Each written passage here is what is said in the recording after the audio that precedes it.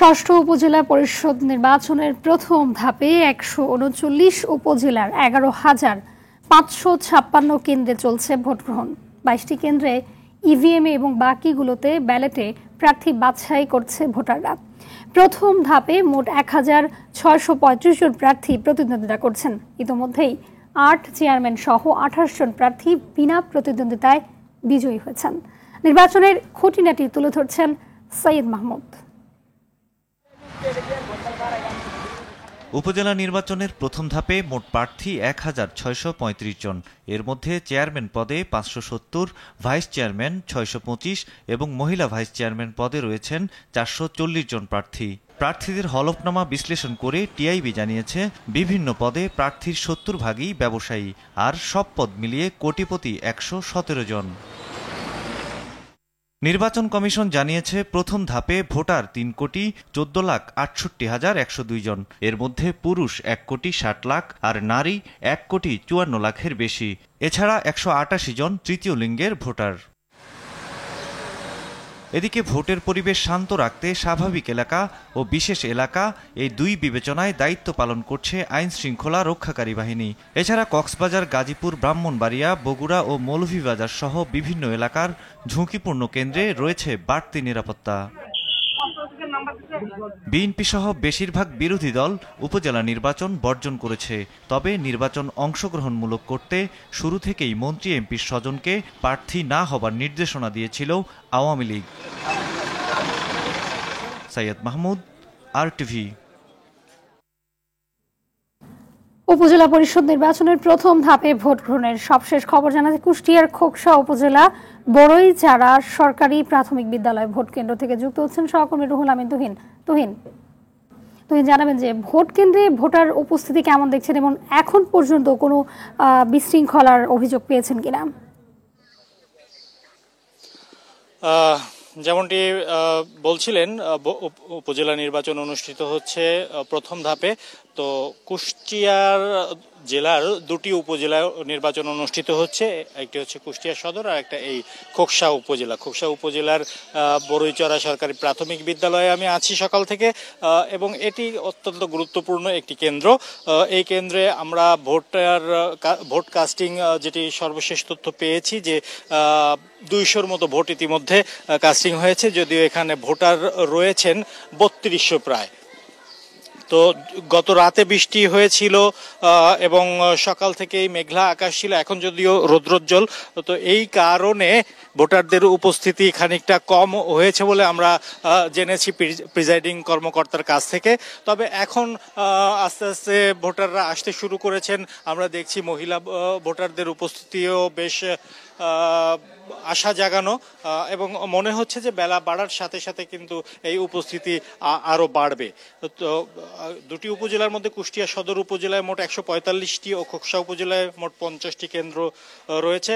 কুষ্টিয়া সদর উপজেলায় মহিলা ও পুরুষ মিলিয়ে ভোটার সংখ্যা ৪,২০,৮৩৩ জন, এবং এই খোকসা উপজেলায় ১,১৬,০০৮ জন পুরুষ ও মহিলা ভোটার রয়েছেন, যারা এই ৫০টি ১,১৬,০০৮ জন পুরুষ ও মহিলা যারা এই ৫০টি কেন্দ্রে বিভিন্ন জায়গায় ৫০টি কেন্দ্রে ভোট দিচ্ছেন। তো সকাল থেকে এই ভোট গ্রহণ চলছে, ভোটাররা স্বতঃস্ফূর্তভাবে ভোট দিচ্ছেন।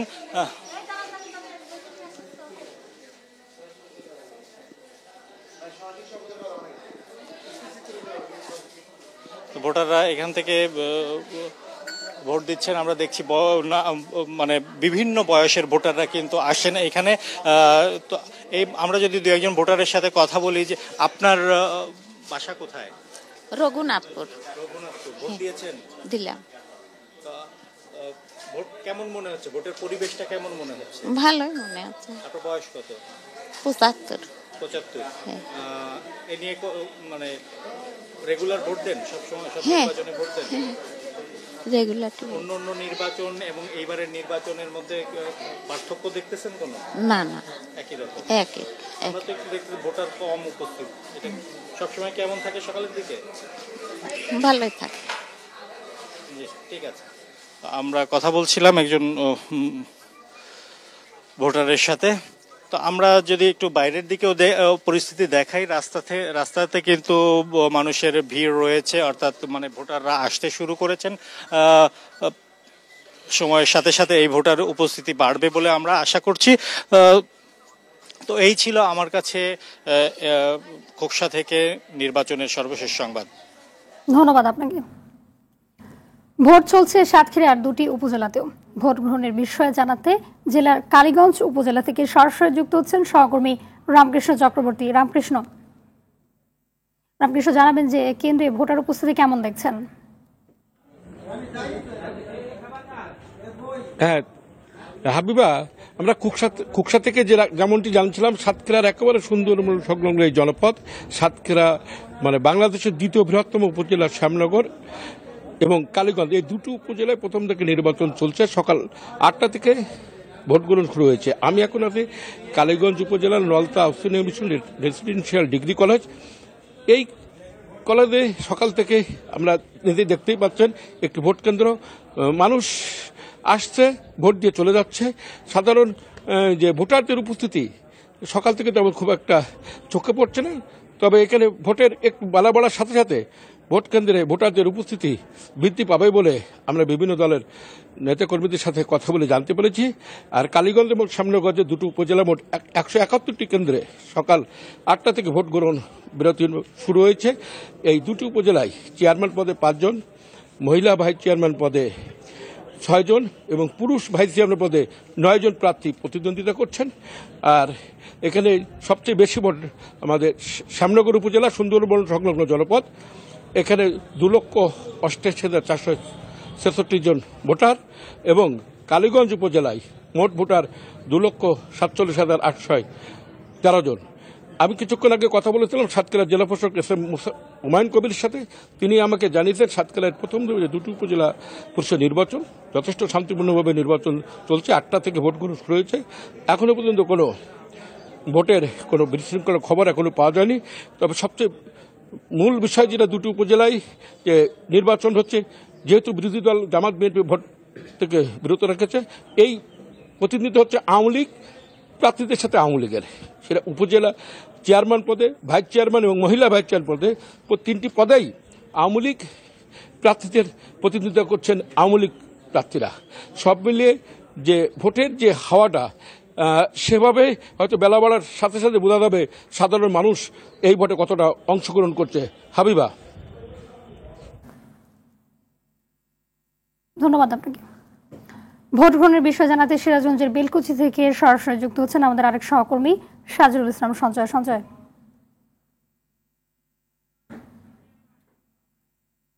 জানাবেন যে ভোট গ্রহণের বিষয়ে সবশেষ কি তথ্য রয়েছে? হাবিবা, আপনি যেমনটি বলছিলেন, 6ষ্ঠ উপজেলা পরিষদ নির্বাচনের প্রথম দফায় আজকে কিন্তু সিরাজগঞ্জের 3টি উপজেলা, সিরাজগঞ্জ সদর, কাজীপুর এবং বেলকুচি উপজেলা পরিষদের নির্বাচন অনুষ্ঠিত হচ্ছে।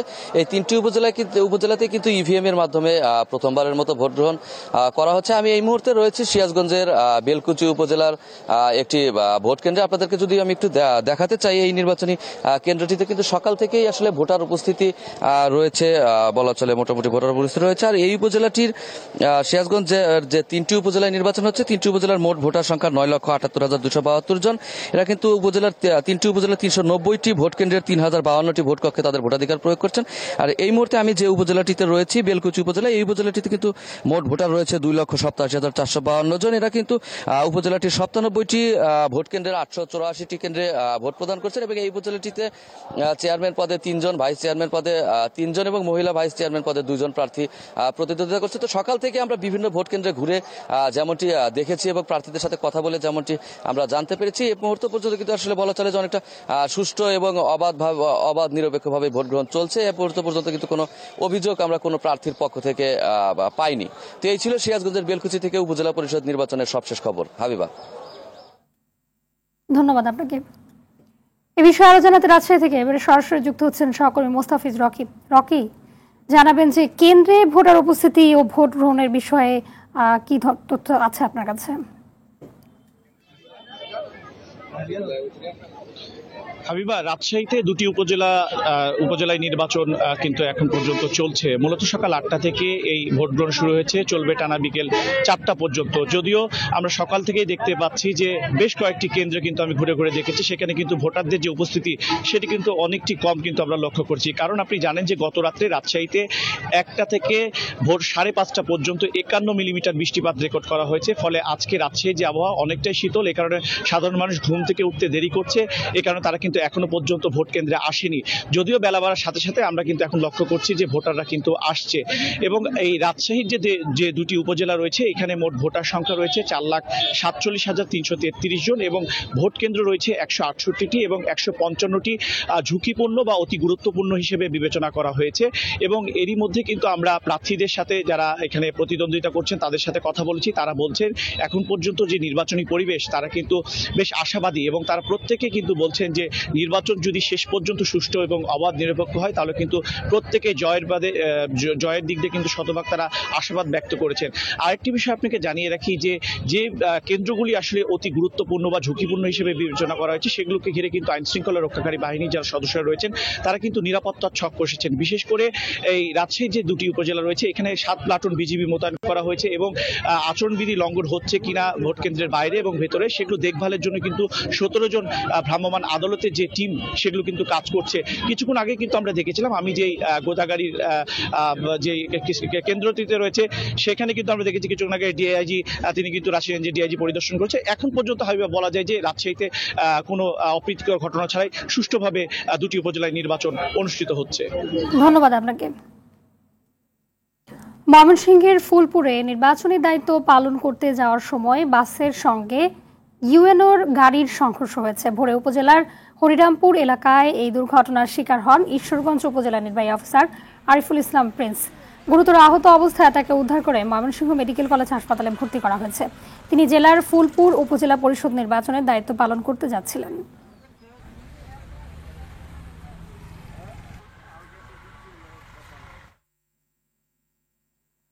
রাজধানীর ঢাকার বেশ কয়েকটি পয়েন্টে বেড়েছে চুরি, ছিনতাই সহ নানা অপরাধ।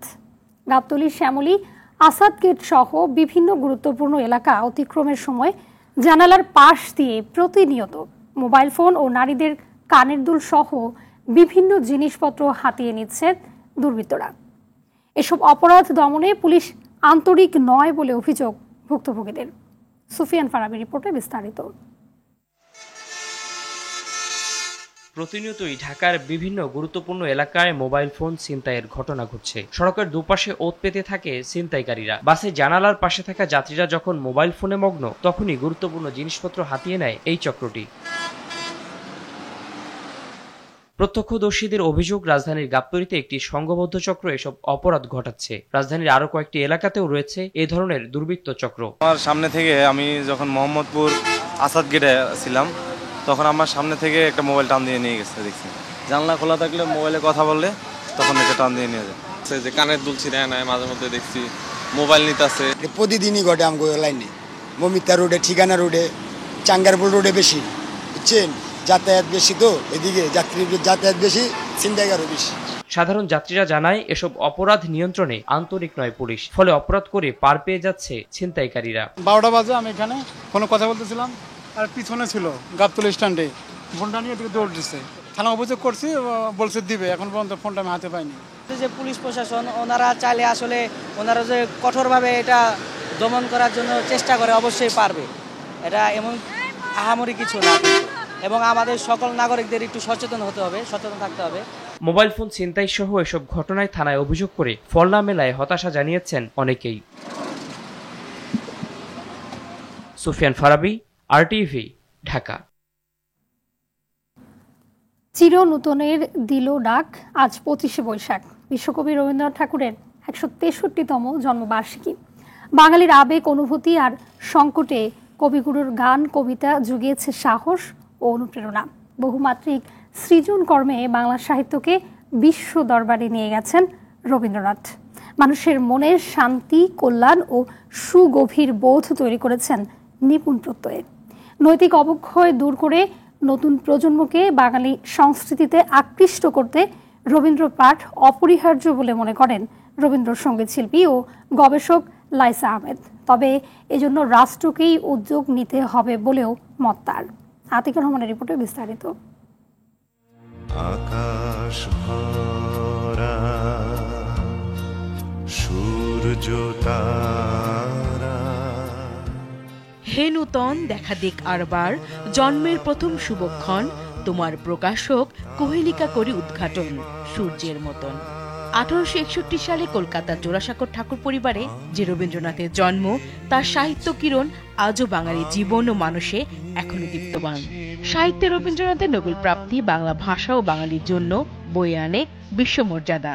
তাই তো শতবর্ষ পরেও মঙ্গল আলোকে কৌতূহল ভরে বাঙালি স্মরণ করে রবি ঠাকুরকে।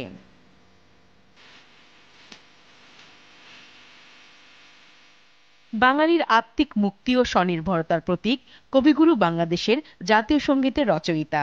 80 বছরের জীবনে তিনি লিখেছেন 52টি কবিতা গ্রন্থ, 13টি উপন্যাস, ছোট গল্পের বই 95টি, গদ্য গ্রন্থ 36, নাটক 38টি, এঁকেছেন 2500-এরও বেশি চিত্রকর্ম।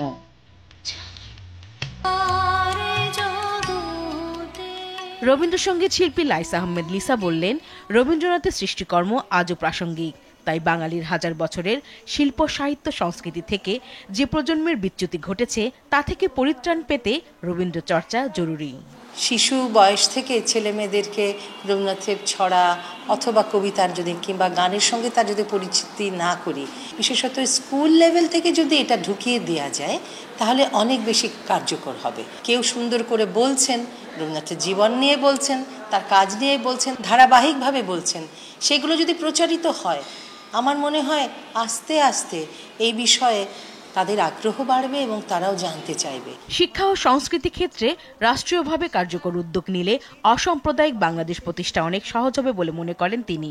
আমরা বাঙালি হিসেবে, আমরা এই দেশের নাগরিক হিসেবে আমার হাজার বছরের ঐতিহ্য কি, তার সঙ্গে কি আমার সংযোগ রয়েছে, নাকি আমি বহির্বিশ্বায়নের ফলে তাদের যেগুলো ভালো জিনিস সেটা যেমন গ্রহণ করব, যেটা খারাপ জিনিস সেটাকে বর্জন করবার মতো মানসিকতাটা তো তৈরি করতে হবে। আমি সত্যি সত্যি সেই ধারার মধ্যে রইলাম কিনা, সেই বোধটা তৈরি করতে হলে অবশ্যই শিক্ষা ব্যবস্থায় বিশেষভাবে জোর দেওয়া দরকার। চিরন্তন সত্য সৌন্দর্যের মাধুরীতে, প্রকৃতি ও মানবপ্রেমের সব উপলব্ধিতে রবীন্দ্রনাথ ঠাকুর বাঙালির মনে বিচরণ করবেন অনন্তকাল। জন্মদিনে বিশ্বকবির প্রতি রইল বিনম্র শ্রদ্ধা।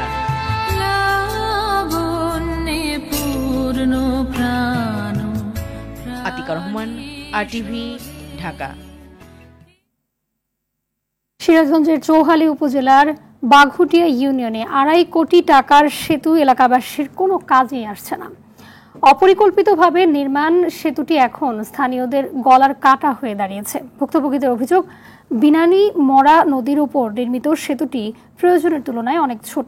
এছাড়া দুপাশের সংযোগ সড়ক না থাকায় 2 বছর ধরেই অচল অবস্থায় পড়ে আছে সেতুটি। সিরাজগঞ্জ দক্ষিণ প্রতিনিধি ইউসুফ দেয়ার রাজুর তথ্যচিত্রে বিস্তারিত নুসরাত জাহান সিন্থির রিপোর্টে।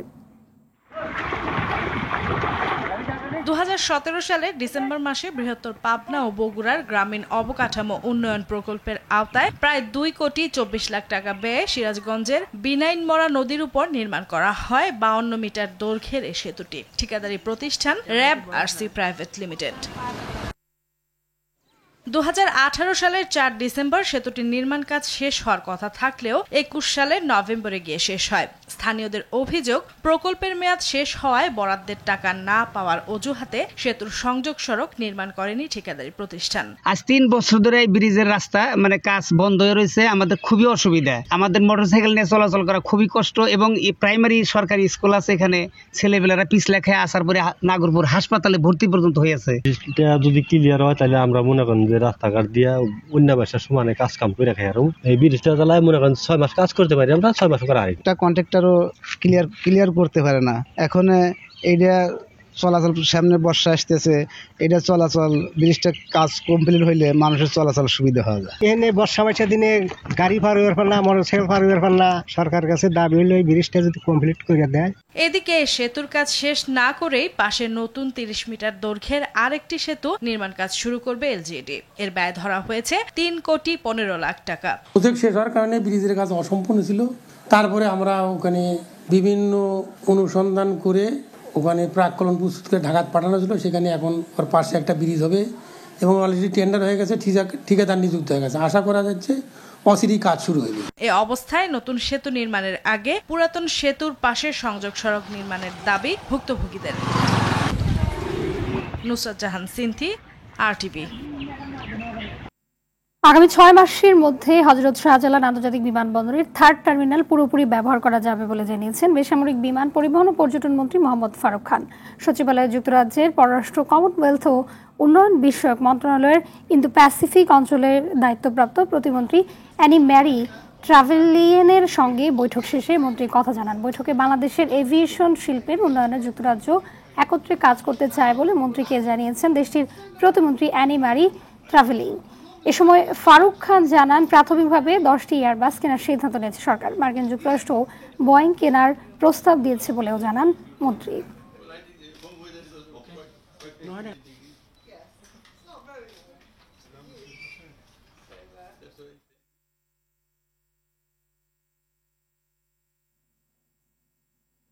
অনিবন্ধিত সব নিউজ পোর্টাল বন্ধে উদ্যোগ নেওয়া হবে বলে জানিয়েছেন তথ্য সম্প্রচার প্রতিমন্ত্রী মোহাম্মদ আলী আরাফাত। মঙ্গলবার সংসদে প্রশ্নের জবাবে এই কথা জানিয়ে তিনি বলেন, কিছু ভুইফোর অনলাইন পোর্টাল ব্যাঙের ছাতার মতন গজিয়ে উঠেছে।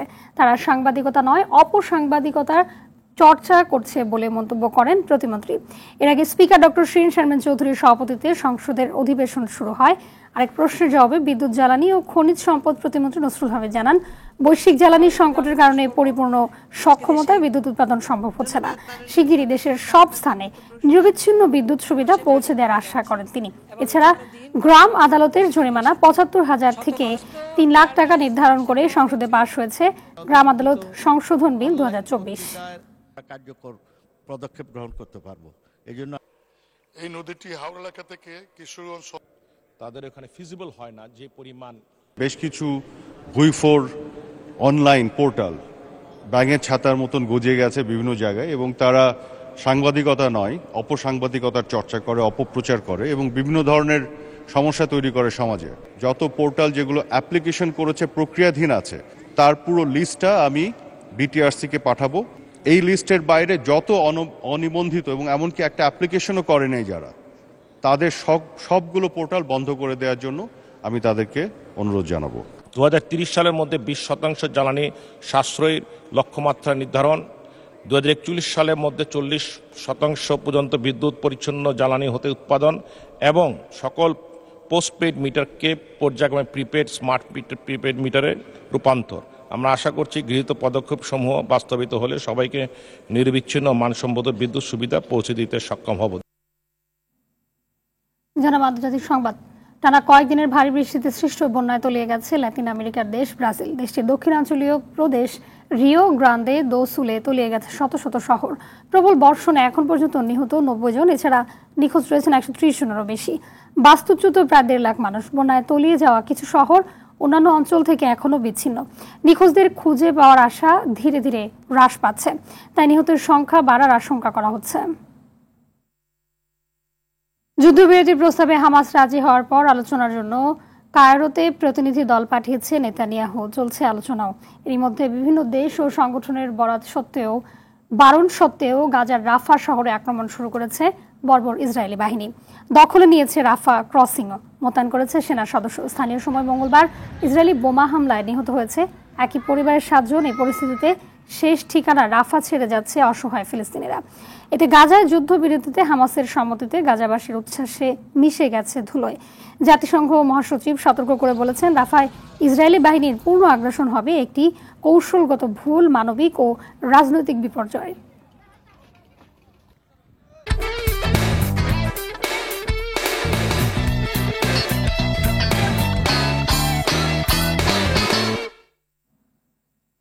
জানাবো খেলার খবর। উয়েফা চ্যাম্পিয়ন্স লিগ ফুটবলের সেমিফাইনালের দ্বিতীয় লেগে রাতে জার্মান চ্যাম্পিয়ন বায়ার্ন মিউনিখের আতিথেয়তা দেবে স্প্যানিশ চ্যাম্পিয়ন রিয়াল মাদ্রিদ। স্পেনের সান্তিয়াগো বার্নাব্যুতে ম্যাচটি শুরু হবে রাত 1টায়। প্রথম লেগে 2-2 গোলের ড্র নিয়ে ফাইনালে যাওয়ার সুযোগ বাঁচিয়ে রেখেছে দুই দলই। ঘরের মাঠে সেই সুযোগটাই কাজে লাগিয়ে ফাইনালের টিকিট কাটতে চায় সর্বোচ্চ 14 শিরোপার মালিক রিয়াল মাদ্রিদ। তবে ফাইনালে যাওয়ার দৌড়ে পিছিয়ে থাকতে চায় না বায়ার্ন মিউনিখও। সপ্তম শিরোপার পথে এগিয়ে যেতে চায় টমাস টুখেলের বাহিনী। সকালের সংবাদ এ পর্যন্তই। সবশেষ সংবাদ জানতে যে কোনো মোবাইল ফোন থেকে 2414 নাম্বার ডায়াল করুন। মধ্যাহ্নের সংবাদ দুপুর 12টায় দেখার আমন্ত্রণ রইল। ধন্যবাদ সবাইকে।